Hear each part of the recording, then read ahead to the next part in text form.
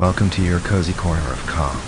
Here, you'll find gentle stories and the soothing sound of rain, created to help you unwind, ease your thoughts, and drift peacefully into sleep. If this space brings you comfort, consider subscribing so you'll always have a quiet place to return to. Now, make yourself comfortable, close your eyes, and let tonight's story carry you gently into rest. Gopi encountered Cheese 2 years after he came down to Kathmandu. Prakash Babu was returning from Switzerland, that land of miraculous clocks which always told the time in minute precision, not like the few minutes late, few minutes early time of Nepal, that twin land of mountains, that mirror image of peaks, but so much more westernized, so much more modern than Nepal's own mythologically burdened ones. Everybody was sure the mountains of Switzerland must somehow be a little bit better, a little bit nicer, a little bit more civilized than their own poor benighted countries. Never mind if Nepal had the tallest ones in the world.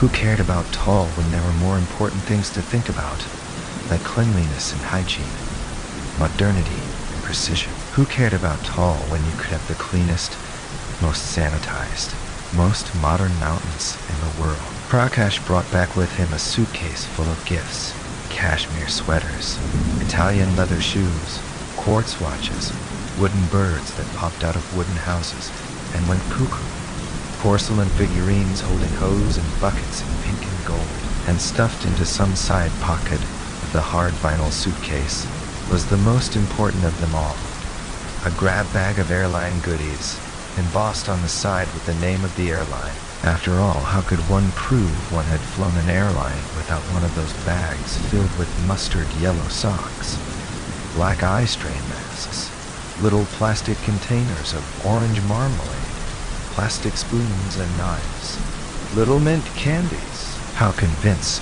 a country populated with disbelieving skeptics that those claims indeed were true? French chocolate was always good. A solid chunk of bitter foreign material melting into your tongue and signifying distance, travel, adventure, truth. But even chocolate these days could be bought at some shop and was no longer a reliable indicator of long and distant travel.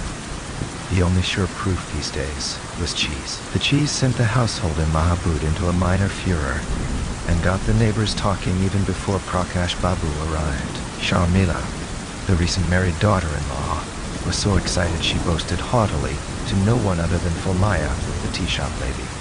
Prakash Babu wrote to us, telling us he'll bring some cheese. Cheese from Switzerland, if you can imagine what that is like.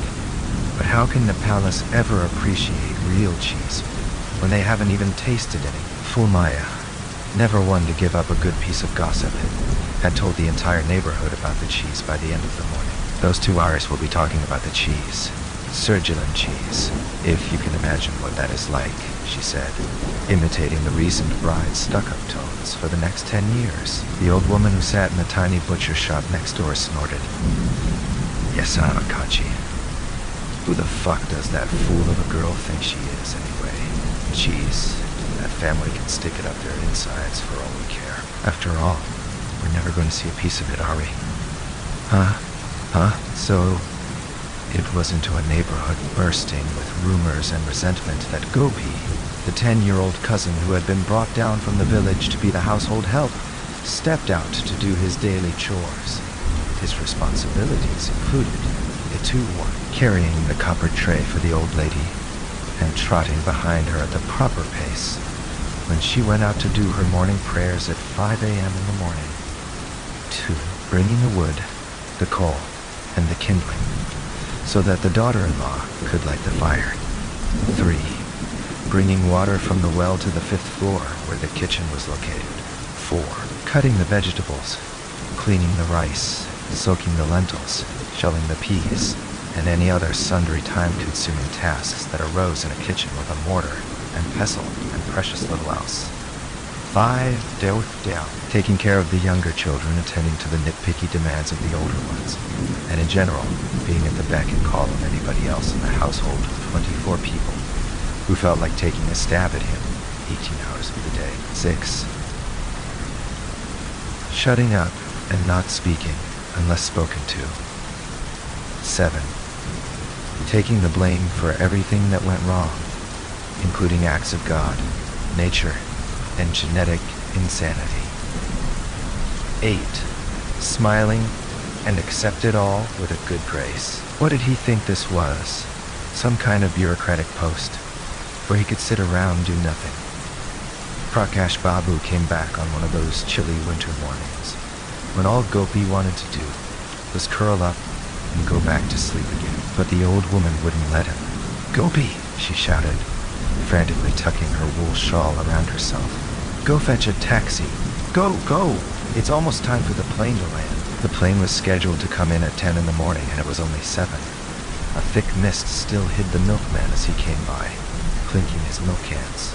But Gopi was not going to argue with Mommy. The older sons lined the mossy courtyard outside the house and chatted while their mother rushed to get ready. "Gopi!" the old woman shouted in irritation. "Why are the pots not out here yet? Dee! I'm bringing it, Mommy," he called her. "Mommy," he called her. Mother, just like her sons. They were much older than him, and he was more the age of her grandchildren. But he still called her Mommy, an artifice of the wealthy in Kathmandu, to give the illusion that their poor cousins were treated like family, not servants. Gopi said Mommy with the wryness of a 10-year-old who knows his own place in the world, and who can barely wait to get out of it. Gopi ran in with 2 copper pots full of water and put them on either side of the wooden doors. He spilled some water by accident. Oops. Well, if some brat from the house slipped and fell, he wouldn't be too sorry about it. "Now go get the taxi.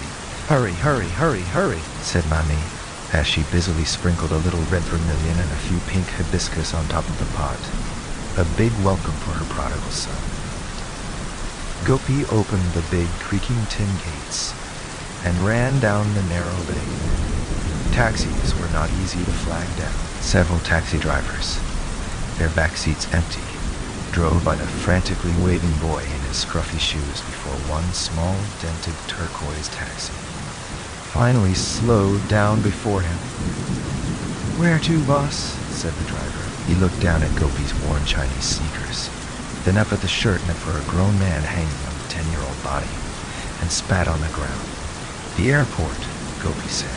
His voice was split between delight at the thought that this arrogant taxi driver would know he was going to the airport, that exit way into the heavens of foreign places, and anxiety that the man would not put the meter on and charge him double fare, making the old woman even more angry with him. "Oh," the man's eyebrows went up in a friendly arch. "Is your man coming from inside or outside?" he asked.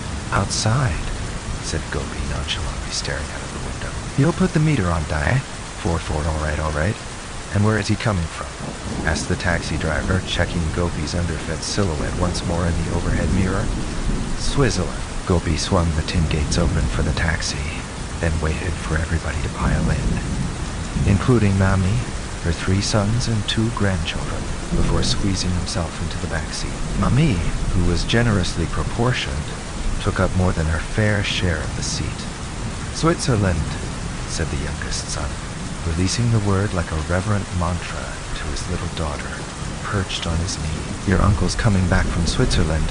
What is he bringing us?" Rukmini, her pigtails bouncing up and down, asked excitedly. "He probably ate cow meat all year long," grumbled the oldest brother from the front seat. "I hope he doesn't bring any cow meat with him." "Hush, Babu.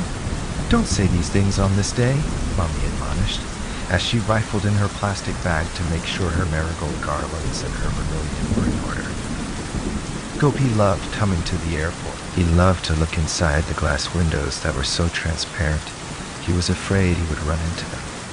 He loved the smell that people brought with them, the odor of tiredness that had steeped in the pressure of high altitude for hours, and he loved the roar of the planes as they lifted their big bellies and took off, their steel bodies lighter than the sky. He had heard the noise of the planes for the first time a year ago, when he had come down to work at the house of his distant relatives in the valley.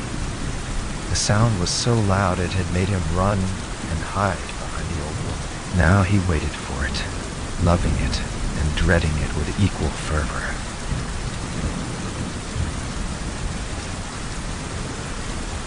He ran his fingers through the dividers that cut a blood-red velvet line between the Nepalis and the foreigners. He licked a glass as he watched the radar spin and control the magical landings from the concrete rooftop of the Tribhuvan airport. Gopi followed the family out to the roof, just in time to see the Royal Nepal airplane circle the valley.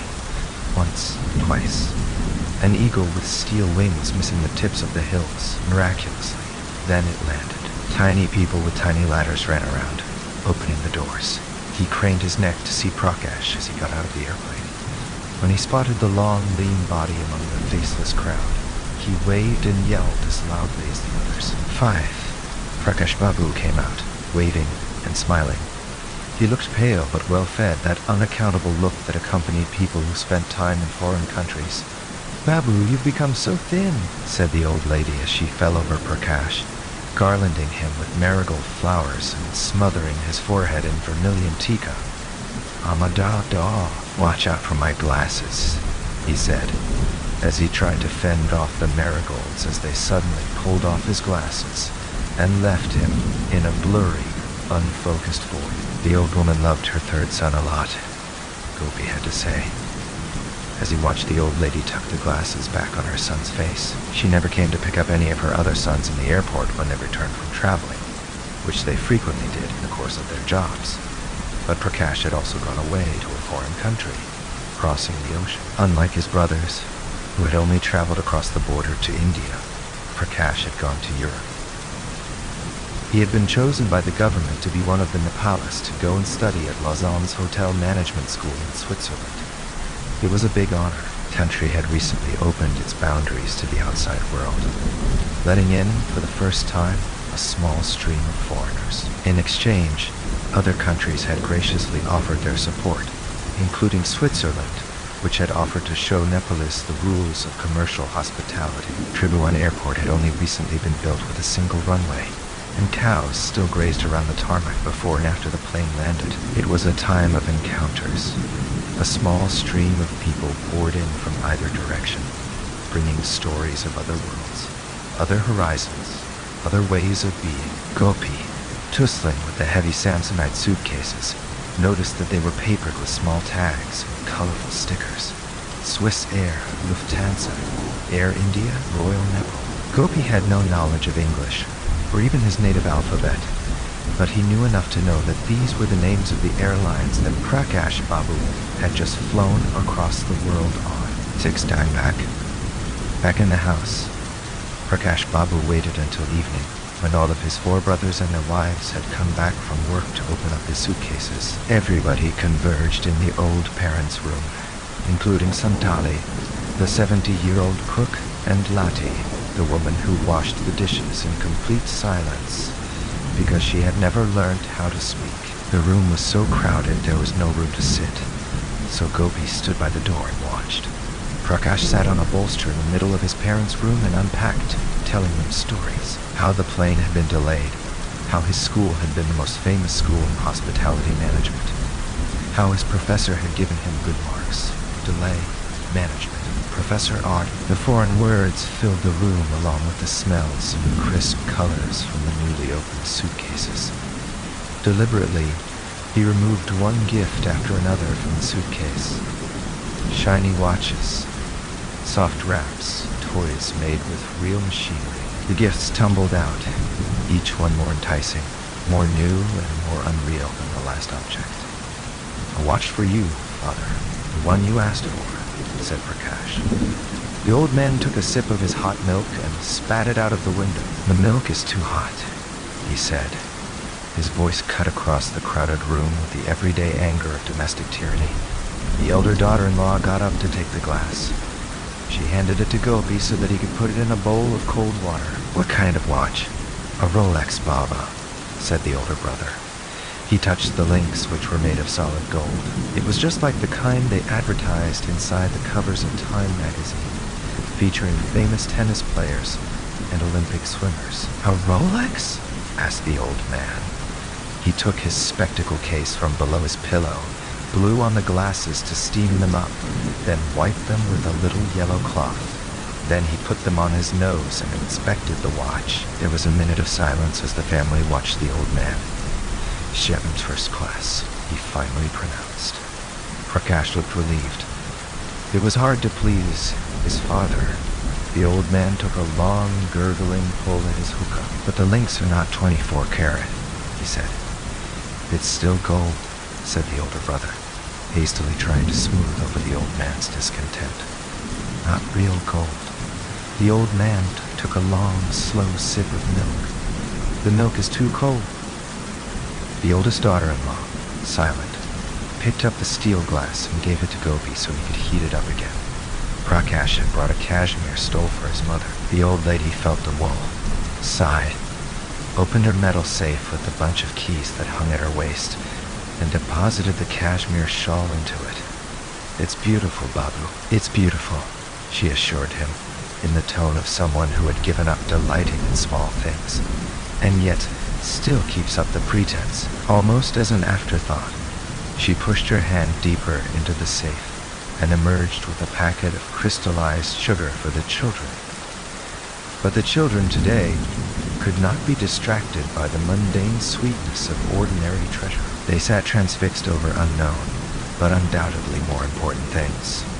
There were less flashy but still authentic Swiss watches for the brothers. There was a red and brown toy train that went choo-choo and moved around on little tracks for Prakash's only son. The train, which was 8 feet long, had real windows and benches inside, and a steering wheel in the engine cabin in front. The boy sat in awe as his father handed him the enormous toy. There were woolen wraps in elegant gray and taupe colors for his sisters-in-law. The women took the wraps and put them on their laps demurely. The gray and green were not particularly beautiful, but there was something in their very dullness that signaled the indefinable stamp of authentic foreignness. The women would wear them proudly, not because the colors made them look good, they didn't, but because they knew everybody would know at once that they had the status of obviously exported items. Later, they would talk at length about the terrible quality and Prakash Babu's cheapness, and how they were sure he got his own wife a golden chain that he was not showing to the other members of the family. But right now, there was no room for complaints. People took what they were given and made sure to look satisfied. While at Eid, it seemed that the shiny plastic-wrapped packages were coming to an end. The girls were swallowing their disappointment when their uncle delved in his bag once more and came up with 5 bars of gold and red wrapped chocolate, which he gave to the eldest girl. "Chocolate," he said, the eldest girl. Rita accepted the bars importantly, glaring at the others in case they tried to grab them out of her hands. "I want the wrapper," Rukmini said, as she tried to take a bar away from her sister's hand. The wrapper glittered with the silver Alps in the background. Rita held the bar above her head. "You can have the foil. I want the foil," said Roshana, the youngest. "We'll split it in 3, Rita said as she carefully divided the golden foil into 3 pieces and handed a piece each to her sisters. The girls folded their little squares of gold for later use and put them inside the pages of their textbooks for maximum safety. Rita broke off the pieces of chocolate and handed them out. Gopi watched in horrified fascination as brown sludge oozed out of the children's mouths. Santali, the old cook, put her square into her mouth, squeezed her face like a dry lemon, and ran to spit it out. "Give some to Gopi," Lamini reminded. Gopi, 10 years old and hungry for experiences, could not wait until they handed him, grudgingly, his little square of chocolate. Gopi unwrapped the foil, a shiny, crinkly golden treasure. It folded up in a neat square, the wrinkles miraculously disappearing as he pressed down on it. He popped the chocolate in his mouth. A faint smell, like that of alcohol, quickly gave way to a thick, bitter sludge on his own tongue. The taste was so unexpected he wanted to run and spit it out. He looked around. The girls were ecstatic, munching delightedly on the bars and loving it. It would be humiliating if he were the only one among the children to spit it out. He controlled the urge, closed his eyes, did not breathe, and swallowed. He knew the girls would laugh at him if they saw him acting like the old cook. The girls wanted more, but the chocolate had disappeared. They would have to wait for a few months, or a few years, before some relative went away again on a foreign tour. It seemed that the suitcase had finally emptied. There were no more gifts to be had. Gopi, his taste buds still spinning from some unknown bitterness, felt the dissatisfaction at the bottom of his stomach. Was that all there was to this bounty? What else existed beyond the hard and crisp edges of machine-manufactured objects? Why did it feel like the guarantee of an unknown haven had fallen flat on its gold-wrapped promise? He felt the hunger of unfulfilled desires echoing in the hollow depth of his stomach. There should be something more than this, he thought, as he watching the empty suitcase's lid come down with a slap. Oh, I almost forgot, said Prakash Babu, taking out a white, silver-wrapped package carefully from a pouch on the side. Here's cheese. Cheese, said the children, their eyes reflected their longing. Prakash had brought a box of cheese with him last time he came from Switzerland, and the children had tasted it. They had talked about it reverently ever since, dropping the word cheese in their conversation casually, mysteriously. Gopi, in his ignorance, had been baffled why they kept on referring to that thing they had eaten. In Nepali, cheese means simply a thing. How was Gopi to know that the chid of the children's conversation was a thing of monumental importance? A thing that was almost ambrosia, almost the food of the gods, only found in faraway spaces. The humble thinginess of the word suddenly traveled to the exotic underworld of the senses and came up packaged in silver foil and cardboard, smelling faintly of thyme, zones, and jet lag, coated with the grime of airport lobbies and the sanitized crackle of guilders. The word suddenly had status. Now they eyed the package hungrily as their uncle took it out. They wanted a fair piece, but they knew they might not get it. There were 26 people gathered in that room. Prakash Babu handed over the precious cargo to his mother, relinquishing the responsibility of dividing it. The old lady asked for a knife, and when it was brought to her, cut the small, round white cake in uneven little pieces. The men got the biggest portions. The children got the second biggest. They stuffed the pieces in their mouths hungrily. The white pieces melted like butter in their mouth, gone in a second. No, it's all right, said the eldest daughter-in-law, when the old lady handed her a piece. The daughters-in-law were ruled by the guidelines of modesty, and could not accept any delicacies. The old lady, who was a devout Brahmin with a strict regimen of dietary taboos, would not eat anything that had been prepared, and therefore polluted by the taint of the outside world. Tomatoes, onions, and garlic were on her list of forbidden foods. She also avoided using glass, since one never knew the status of its profanity. Cheese, therefore, was unacceptable to her on 3 grounds. 1, for its public origins, 2nd, for its preparation by unknown hands, and 3rd, for its association, the dirty act of fermentation. Gopi, get me a plate, will you? Get me a plate, will you? Said the old lady. Gopi, in a torment of anticipation, ran straight down to the kitchen, grabbed the plate, and was back in a minute. He became hopeful. There were a lot of little white wedges in the plate in front of the old woman. Maybe he would get to taste that thing the children constantly talked about. A moment later, the cheese was almost gone. On the plate lay one single slice of white cheese. Gopi could not bear it. All the children were munching contentedly. What did it taste like? What was so good about it? Gopi held his breath. Everybody had had a share, even the old cook, who again spit out her share with the same agonized look on her face. Would Mommy give him the last wedge? Mommy, can I have the last one? Said Roshana. Roshana, the youngest one, sitting demurely and avoiding, for once her incessant picking of the scabs of her skinned knee. The one who he towed around in a bicycle and played badminton with all day long. The greedy monkey. She knew Gopi was standing right there by the door. She knew he hadn't had a piece. But what could he do?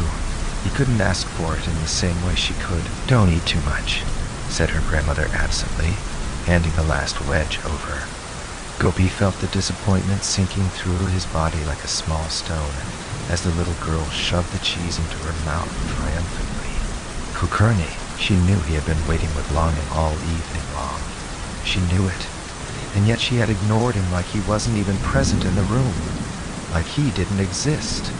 Gopi could not forget the idea of cheese from that moment on. He desired it so much, it became a constant longing in his mind, one that accompanied him in his waking and dreaming moments. That night, he dreamt about cheese.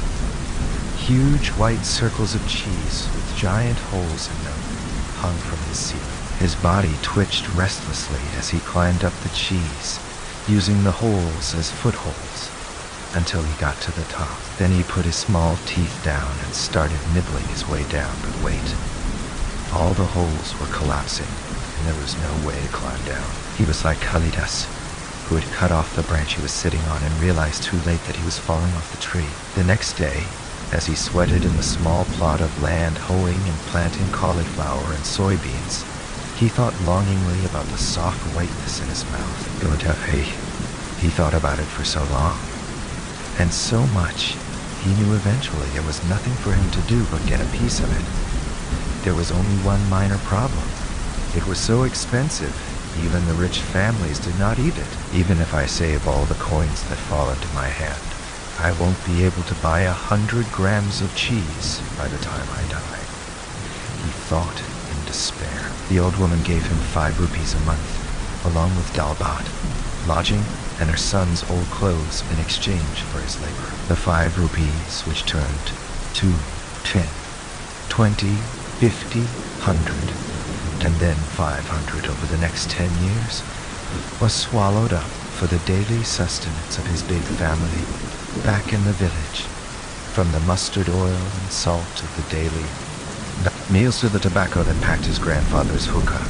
A week after he came down from his village to work in the city, he had discovered the existence of Nipal Dairy, an institution that provided the milk to the households of Kathmandu.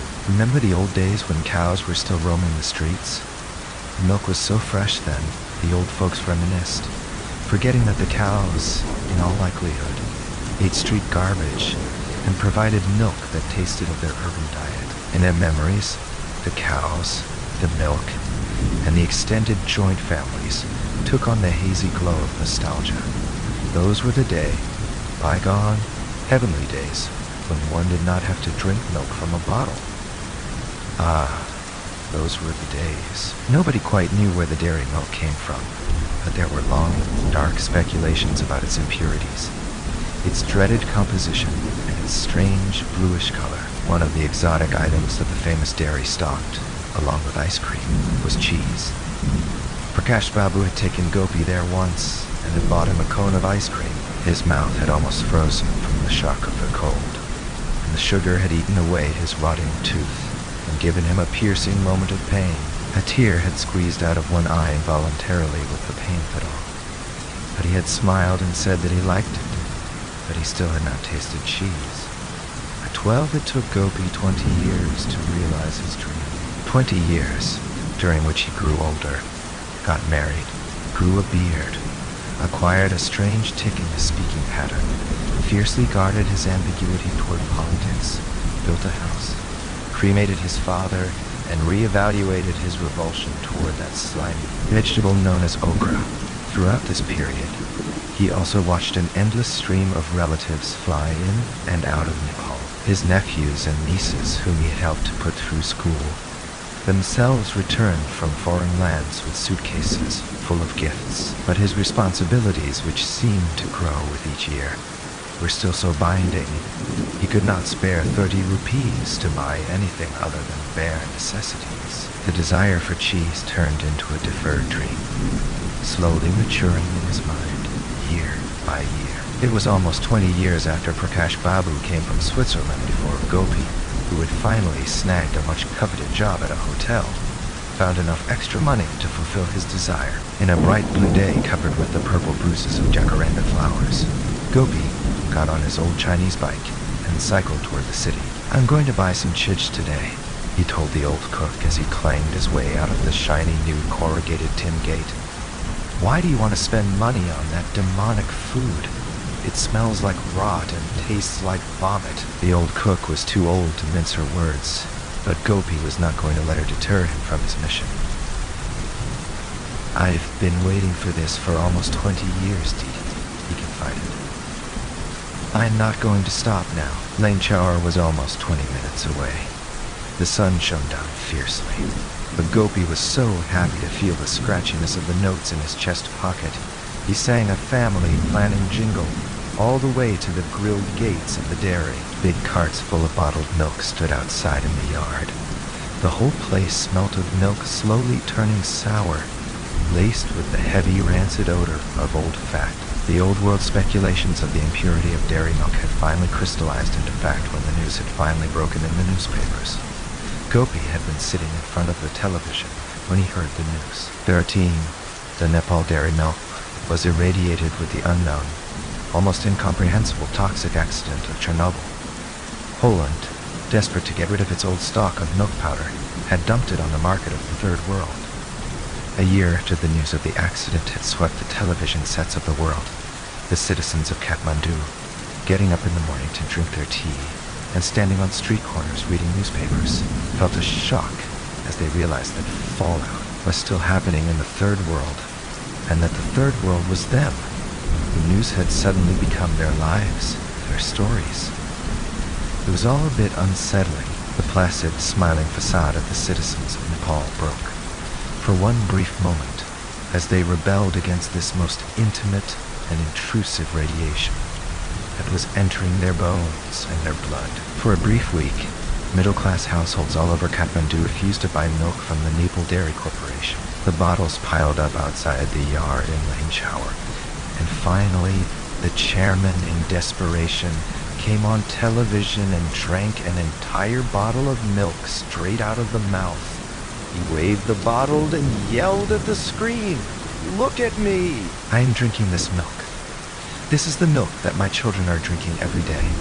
People had been impressed, not by his lies, or his various claims and assurances his family was drinking dairy milk. Of course, everybody knew that a smart man like him was doing no such thing, and that anybody with a bit of sense and a bit of money was buying powdered milk from Australia. No. The people were impressed by the audacity of his performance, the sheer brilliant oratory, which was going to force an entire nation to drink irradiated milk, simply because the people in the corporation had received a generous kickback from the Polish companies. The audacity was delicious. People knew they were being exposed to cancerous substances. At the same time, they had to admire the passion, the drama, the theater of the absurd. They had to admire the political convictions of leaders who talked so convincingly and so sincerely, and who believed their own stories so much they made their dissenters doubt their own knowledge. So a week after the big commotion, people having voiced their objections and gotten political protest out of the way, once again went back to the business of living and lined up outside the dairy to get their daily bottle of slightly bluish. Gopi, who could not be bothered about the futuristic possibilities of irradiated milk, locked his bicycle and walked up to the queue that stretched around the yard to the grilled window. People were lined up to buy their daily rations. The queue, sweating and dusty, shuffled slowly toward the grill. The sweat trickled down his face as he waited. After 20 minutes, his turn finally came. 14 chidge, Sauji, said Gopi. The man, the edges of his blue cotton cuffs lined with black grime, looked him up and down with impatience. "How much?" he asked. He was a busy man. He did not like small orders. 30 rupees, blurted Gopi. Blurted Gopi. The man took down a big yellow round of cheese from a shelf above him. Gopi, watching him anxiously, got worried. The cheese, in the dim, filtered light, looked yellow. The other cheese had been white. As the man sliced a piece, Gopi asked hesitantly, "Isn't cheese supposed to be white?" "Yes, well, if You are used to getting yours from Switzerland," said the man with nasty humor. "Here we have either dairy or yak cheese. Which one do you want?" Yak was an animal that was relatively familiar and yet unknown. For a hill-born and bred man like Gopi, the thought of yak became tainted with dangerous, unknown taboos. "I'll take the dairy cheese," he answered hesitantly. The man, exasperated with the slow decision, sliced a swift slice, scraped off the edges, and then wrapped the rest in a piece of newspaper. "What else?" he said, as he handed over the cheese. "This is enough," said Gopi, his voice reflecting dread as he handed over his hoard of crisp banknotes. He could not wait to put it in his mouth. At the same time, now that the thing was in his hand, he was afraid to find out. What if it did not come up to his expectations? The yard was crowded with people fighting to get to the front of the line before the bottles ran out, which they frequently did. Gopi walked outside, clutching his precious cheese in one hand, towing his bike with another. A mangy dog came loping up as he came outside, putting a warm, wet muzzle toward his plastic bag. "Ja!" Gopi yelled at the end.